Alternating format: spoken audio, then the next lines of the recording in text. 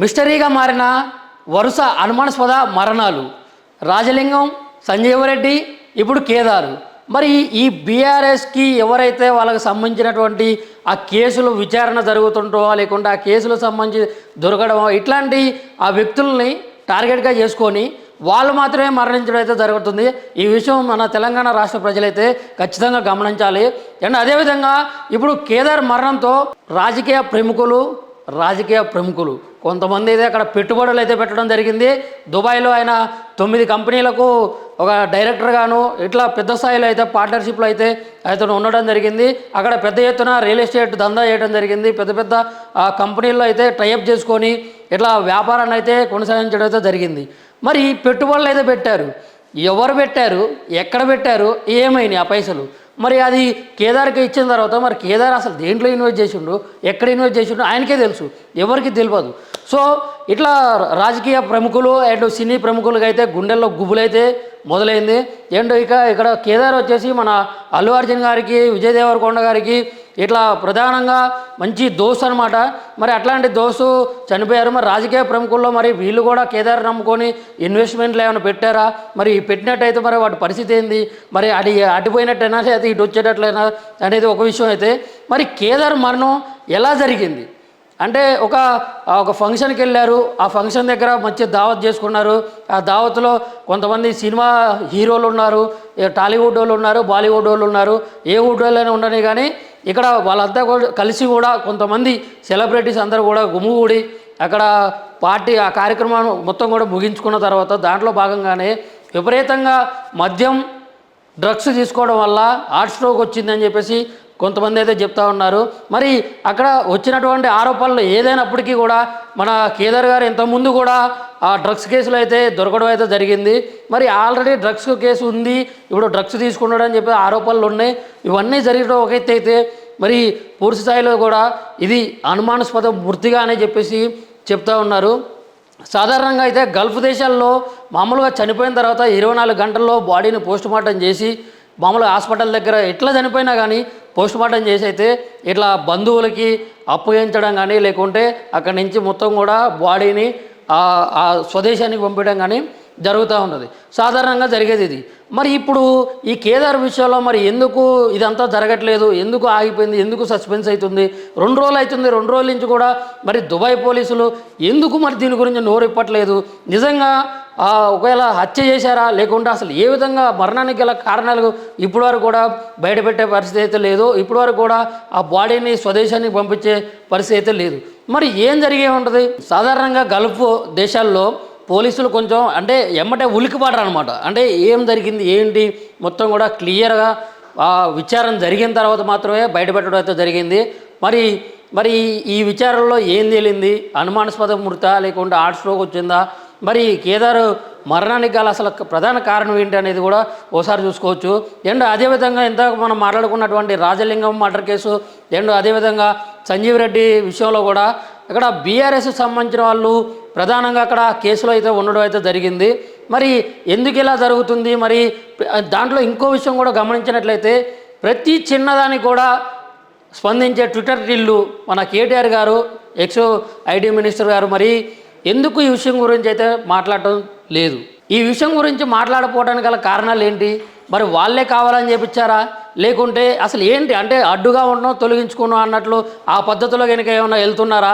ఎవరైతే కేసులు ఉన్నాయో, ఎవరైతే ఇబ్బందికరంగా ఉన్నారో వాళ్ళందరి మీద కూడా ఇట్లా ఏదో రకంగా దాడి చేయడం కానీ, బెదిరింపులు గురి చేయడం కానీ ఇవన్నీ కూడా ఎన్నో రకాలుగా అయితే మనం చూడటం అయితే జరిగింది. మరి ఇప్పుడు ఫైనల్గా చెప్పేది ఏంటంటే ఈ విషయం గురించి ఖచ్చితంగా ఏదైనా కంప్లైంట్ వస్తే మరి నేను రెస్పాండ్ అయితే ఖచ్చితంగా విచారణ చేపిస్తానని చెప్పేసి ఈరోజు మన రేవంత్ రెడ్డి గారు కూడా మాట్లాడటం అయితే జరిగింది.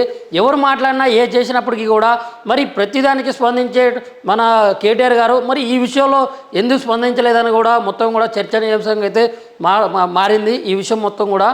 అండ్ దానికి తోడుగా ఇప్పుడు ఇక్కడి నుంచి మన తెలంగాణ రాష్ట్రం నుంచి ఇతర దేశాలకు 100 కోట్లు 1000 కోట్లు డబ్బులు అయితే పోతూ ఉన్నాయి. మరి ఇవన్నీ కూడా చూసుకునేది కేంద్ర ప్రభుత్వం. కేంద్ర ప్రభుత్వం కూడా దీని మీద ఖచ్చితంగా ఎందుకు నిఘా పెట్టలేదు? ఇక్కడ విద్యా సంస్థలు కానీ లేకుంటే ఆరోగ్యానికి సంబంధించి కానీ లేకుంటే ఆహారానికి సంబంధించి కానీ ఇటువంటివి కూడా ఏం లేకుండా ఇక్కడ మన తెలంగాణ రాష్ట్ర అభివృద్ధి కూడా దానికి కూడా సహకారం లేకుండా ఇక్కడ నుంచి వందల కోట్లు వేల కోట్లు మరి గత బీఆర్ఎస్ హయాంలో 10 సంవత్సరాల్లో బీఆర్ఎస్ పాలనలో మరి వందల కోట్లు వేల కోట్లు అయితే ఇతర దేశాలకైతే పోవడం జరిగింది. మరి ఇప్పుడు తెలంగాణ వచ్చింది, మన తెలంగాణ వచ్చింది 10 సంవత్సరాలు మరి బీఆర్ఎస్ పాలన నడిచింది. మరి ఇప్పుడు 14 నెలల్లో కనీసం ఒక్క రూపాయి అయినా కానీ అవాలా చేసేటోళ్ళు ఒక రూపాయి కూడా పట్టుకోవడం అయితే లేదు. మరి ఎందుకు ఎక్కడ జరుగుతోంది? మరి వీళ్ళంతా కూడా ఈ అధికారులంతా కూడా ఏం చేస్తున్నారు? ఇంట్లో నిద్రపోతున్నారా లేకుంటే పని చేయాలని ఉందా?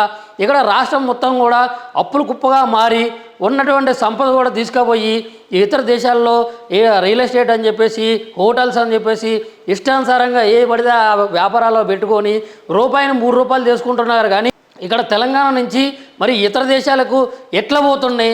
అసలు మన దేశం నుంచి ఇతర దేశాలకు అవ్వాలా చేసేది ఎవరు? మరి వాళ్ళ మీద ఖచ్చితంగా నిఘా అయితే పెట్టుకోవాలి. అండ్ ఈ వరుస అనుమానాస్పద మరణాల గురించి కూడా అధికారులు మన తెలంగాణ రాష్ట్ర ప్రభుత్వం కూడా ఖచ్చితంగా అయితే దీని మీద ఒక కన్నేసి ఉంచాలి. ఇట్లాంటి మరణాలు ఇంకా జరగకూడదు. ఒకవేళ కేదార్ది కూడా అనుమానాస్పద మరణం అయి గినక తేలిస్తే ఈ కేదార్ది కూడా అచ్చని చెప్పి తేలితే మాత్రం ఇట్లాంటి జరగకుండా చూడాలని చెప్పేసి ఎవరికైతే ప్రాణహాని ఉందో వాళ్ళకి అధికారులు కూడా వాళ్ళకి ఒక సెక్యూరిటీ అనేది ఒక భద్రత అనేది వాళ్ళకి కల్పించాలని చెప్పేసి కోరుకుంటూ, అదేవిధంగా ఇప్పుడు కేదార్ది ఏదైతే మరణం ఏదైతే ఉందో ఆ మరణం ఏ విధంగా జరిగింది, లేకుంటే అసలు అది హత్యనా లేకుంటే హార్ట్ స్ట్రోక్ వలన లేకుంటే పలు ఆరోపణలు అయితే వస్తున్నాయి కదా, మరి అవన్నీ నిజాలా అబద్ధాలా, మరి అసలు ఏంటనేది పోస్టుమార్టం రిపోర్ట్ వచ్చిన తర్వాత మనకి బహిరంగంగా వచ్చిన తర్వాత మిస్టరీగా మారిన వరుస అనుమానాస్పద మరణాలు రాజలింగం, సంజీవరెడ్డి, ఇప్పుడు కేదారు. మరి ఈ బీఆర్ఎస్కి ఎవరైతే వాళ్ళకి సంబంధించినటువంటి ఆ కేసులు విచారణ జరుగుతుంటో లేకుంటే ఆ కేసులకు సంబంధించి దొరకడం ఇట్లాంటి ఆ వ్యక్తుల్ని టార్గెట్గా చేసుకొని వాళ్ళు మాత్రమే మరణించడం అయితే జరుగుతుంది. ఈ విషయం మన తెలంగాణ రాష్ట్ర ప్రజలైతే ఖచ్చితంగా గమనించాలి. అండ్ అదేవిధంగా ఇప్పుడు కేదార్ మరణంతో రాజకీయ ప్రముఖులు కొంతమంది అయితే అక్కడ పెట్టుబడులు అయితే పెట్టడం జరిగింది. దుబాయ్లో ఆయన 9 కంపెనీలకు ఒక డైరెక్టర్గాను ఇట్లా పెద్ద స్థాయిలో అయితే పార్ట్నర్షిప్లో అయితే అతను ఉండడం జరిగింది. అక్కడ పెద్ద ఎత్తున రియల్ ఎస్టేట్ దందా చేయడం జరిగింది. పెద్ద కంపెనీల్లో అయితే టైఅప్ చేసుకొని ఇట్లా వ్యాపారాన్ని అయితే కొనసాగించడం అయితే జరిగింది. మరి పెట్టుబడులు అయితే పెట్టారు. ఎవరు పెట్టారు, ఎక్కడ పెట్టారు, ఏమైనాయి ఆ పైసలు? మరి అది కేదార్కి ఇచ్చిన తర్వాత మరి కేదార్ అసలు దేంట్లో ఇన్వెస్ట్ చేసిండు, ఎక్కడ ఇన్వెస్ట్ చేసిండు ఆయనకే తెలుసు, ఎవరికి తెలియదు. సో ఇట్లా రాజకీయ ప్రముఖులు అండ్ సినీ ప్రముఖులకి అయితే గుండెల్లో గుబులైతే మొదలైంది. అండ్ ఇక్కడ కేదార్ వచ్చేసి మన అల్లు అర్జున్ గారికి, విజయ్ దేవరకొండ గారికి ఇట్లా ప్రధానంగా మంచి దోస్తు అనమాట. మరి అట్లాంటి దోస్తు చనిపోయారు. మరి రాజకీయ ప్రముఖుల్లో మరి వీళ్ళు కూడా కేదార్ నమ్ముకొని ఇన్వెస్ట్మెంట్లు ఏమైనా పెట్టారా? మరి పెట్టినట్టయితే మరి వాటి పరిస్థితి ఏంది? మరి అడిపోయినట్టయినా అయితే ఇటు వచ్చేటట్లయినా అనేది ఒక విషయం అయితే. మరి కేదార్ మరణం ఎలా జరిగింది అంటే ఒక ఫంక్షన్కి వెళ్ళారు. ఆ ఫంక్షన్ దగ్గర మంచి దావత్ చేసుకున్నారు. ఆ దావత్లో కొంతమంది సినిమా హీరోలు ఉన్నారు, టాలీవుడ్ వాళ్ళు ఉన్నారు, బాలీవుడ్ వాళ్ళు ఉన్నారు, ఏ వుడ్ వాళ్ళైనా ఉండని. కానీ ఇక్కడ వాళ్ళంతా కలిసి కూడా కొంతమంది సెలబ్రిటీస్ అందరూ కూడా గుమిగూడి అక్కడ పార్టీ ఆ కార్యక్రమం మొత్తం కూడా ముగించుకున్న తర్వాత దాంట్లో భాగంగానే విపరీతంగా మద్యం డ్రగ్స్ తీసుకోవడం వల్ల హార్ట్ స్ట్రోక్ వచ్చిందని చెప్పేసి కొంతమంది అయితే చెప్తా ఉన్నారు. మరి అక్కడ వచ్చినటువంటి ఆరోపణలు ఏదైనప్పటికీ కూడా మన కేదార్ గారు ఇంతకుముందు కూడా ఆ డ్రగ్స్ కేసులో అయితే దొరకడం అయితే జరిగింది. మరి ఆల్రెడీ డ్రగ్స్ కేసు ఉంది, ఇప్పుడు డ్రగ్స్ తీసుకున్నాడు అని చెప్పి ఆరోపణలు ఉన్నాయి. ఇవన్నీ జరగడం ఒక ఎత్తు అయితే మరి పూర్తి స్థాయిలో కూడా ఇది అనుమానాస్పద మృతిగానే చెప్పేసి చెప్తా ఉన్నారు. సాధారణంగా అయితే గల్ఫ్ దేశాల్లో మామూలుగా చనిపోయిన తర్వాత 24 గంటల్లో బాడీని పోస్టుమార్టం చేసి మామూలుగా హాస్పిటల్ దగ్గర ఎట్లా చనిపోయినా కానీ పోస్టుమార్టం చేసి అయితే ఇట్లా బంధువులకి అప్పగించడం కానీ లేకుంటే అక్కడి నుంచి మొత్తం కూడా బాడీని ఆ స్వదేశానికి పంపించడం కానీ జరుగుతూ ఉన్నది. సాధారణంగా జరిగేది ఇది. మరి ఇప్పుడు ఈ కేదార్ విషయంలో మరి ఎందుకు ఇదంతా జరగట్లేదు, ఎందుకు ఆగిపోయింది, ఎందుకు సస్పెన్స్ అవుతుంది? 2 రోజులు అవుతుంది. 2 రోజుల నుంచి కూడా మరి దుబాయ్ పోలీసులు ఎందుకు మరి దీని గురించి నోరిప్పట్లేదు? నిజంగా ఒకవేళ హత్య చేశారా లేకుంటే అసలు ఏ విధంగా మరణానికి గల కారణాలు ఇప్పటివరకు కూడా బయటపెట్టే పరిస్థితి అయితే లేదు. ఇప్పటివరకు కూడా ఆ బాడీని స్వదేశానికి పంపించే పరిస్థితి అయితే లేదు. మరి ఏం జరిగే ఉంటుంది? సాధారణంగా గల్ఫ్ దేశాల్లో పోలీసులు కొంచెం అంటే ఎమ్మటే ఉలికిపడరు అనమాట. అంటే ఏం జరిగింది ఏంటి మొత్తం కూడా క్లియర్గా విచారణ జరిగిన తర్వాత మాత్రమే బయటపెట్టడం అయితే జరిగింది. మరి మరి ఈ విచారణలో ఏం తేలింది? అనుమానాస్పద మృత లేకుంటే హార్ట్ స్ట్రోక్ వచ్చిందా? మరి కేదార్ మరణానికి గల అసలు ప్రధాన కారణం ఏంటి అనేది కూడా ఓసారి చూసుకోవచ్చు. అండ్ అదేవిధంగా ఇంత మనం మాట్లాడుకున్నటువంటి రాజలింగం మర్డర్ కేసు అండ్ అదేవిధంగా సంజీవ్ రెడ్డి విషయంలో కూడా ఇక్కడ బీఆర్ఎస్ సంబంధించిన వాళ్ళు ప్రధానంగా అక్కడ కేసులో అయితే ఉండడం అయితే జరిగింది. మరి ఎందుకు ఇలా జరుగుతుంది? మరి దాంట్లో ఇంకో విషయం కూడా గమనించినట్లయితే ప్రతి చిన్నదానికి కూడా స్పందించే ట్విట్టర్ టిల్లు మన కేటీఆర్ గారు, ఎక్స్ ఐటీ మినిస్టర్ గారు మరి ఎందుకు ఈ విషయం గురించి అయితే మాట్లాడటం లేదు? ఈ విషయం గురించి మాట్లాడకపోవడానికి గల కారణాలు ఏంటి? మరి వాళ్ళే కావాలని చెప్పించారా లేకుంటే అసలు ఏంటి? అంటే అడ్డుగా ఉండడం తొలగించుకున్నాం అన్నట్లు ఆ పద్ధతిలో కనుక ఏమైనా వెళ్తున్నారా? ఎవరైతే కేసులు ఉన్నాయో ఎవరైతే ఇబ్బందికరంగా ఉన్నారో వాళ్ళందరి మీద కూడా ఇట్లా ఏదో రకంగా దాడి చేయడం కానీ బెదిరింపులు గురి చేయడం కానీ ఇవన్నీ కూడా ఎన్నో రకాలుగా అయితే మనం చూడటం అయితే జరిగింది. మరి ఇప్పుడు ఫైనల్గా చెప్పేది ఏంటంటే ఈ విషయం గురించి ఖచ్చితంగా ఏదైనా కంప్లైంట్ వస్తే మరి నేను రెస్పాండ్ అయితే ఖచ్చితంగా విచారణ చేపిస్తానని చెప్పేసి ఈరోజు మన రేవంత్ రెడ్డి గారు కూడా మాట్లాడటం అయితే జరిగింది. ఎవరు మాట్లాడినా ఏ చేసినప్పటికీ కూడా మరి ప్రతిదానికి స్పందించే మన కేటీఆర్ గారు మరి ఈ విషయంలో ఎందుకు స్పందించలేదని కూడా మొత్తం కూడా చర్చనీయాంశంగా అయితే మారింది ఈ విషయం మొత్తం కూడా. అండ్ దానికి తోడుగా ఇప్పుడు ఇక్కడి నుంచి మన తెలంగాణ రాష్ట్రం నుంచి ఇతర దేశాలకు వందల కోట్లు వేల కోట్లు డబ్బులు అయితే పోతూ ఉన్నాయి. మరి ఇవన్నీ కూడా చూసుకునేది కేంద్ర ప్రభుత్వం. కేంద్ర ప్రభుత్వం కూడా దీని మీద ఖచ్చితంగా ఎందుకు నిఘా పెట్టలేదు? ఇక్కడ విద్యా సంస్థలు కానీ లేకుంటే ఆరోగ్యానికి సంబంధించి కానీ లేకుంటే ఆహారానికి సంబంధించి కానీ ఇటువంటివి కూడా ఏం లేకుండా ఇక్కడ మన తెలంగాణ రాష్ట్ర అభివృద్ధి కూడా దానికి కూడా సహకారం లేకుండా ఇక్కడి నుంచి వందల కోట్లు వేల కోట్లు మరి గత బీఆర్ఎస్ హయాంలో 10 సంవత్సరాల్లో బీఆర్ఎస్ పాలనలో మరి వందల కోట్లు వేల కోట్లు అయితే ఇతర దేశాలకైతే పోవడం జరిగింది. మరి ఇప్పుడు తెలంగాణ వచ్చింది, మన తెలంగాణ వచ్చింది 10 సంవత్సరాలు మరి బీఆర్ఎస్ పాలన నడిచింది. మరి ఇప్పుడు 14 నెలల్లో కనీసం ఒక్క రూపాయి అయినా కానీ అవాలా చేసేటోళ్ళు ఒక రూపాయి కూడా పట్టుకోవడం అయితే లేదు. మరి ఎందుకు ఎక్కడ జరుగుతోంది? మరి వీళ్ళంతా కూడా ఈ అధికారులంతా కూడా ఏం చేస్తున్నారు? ఇంట్లో నిద్రపోతున్నారా లేకుంటే పని చేయాలని ఉందా?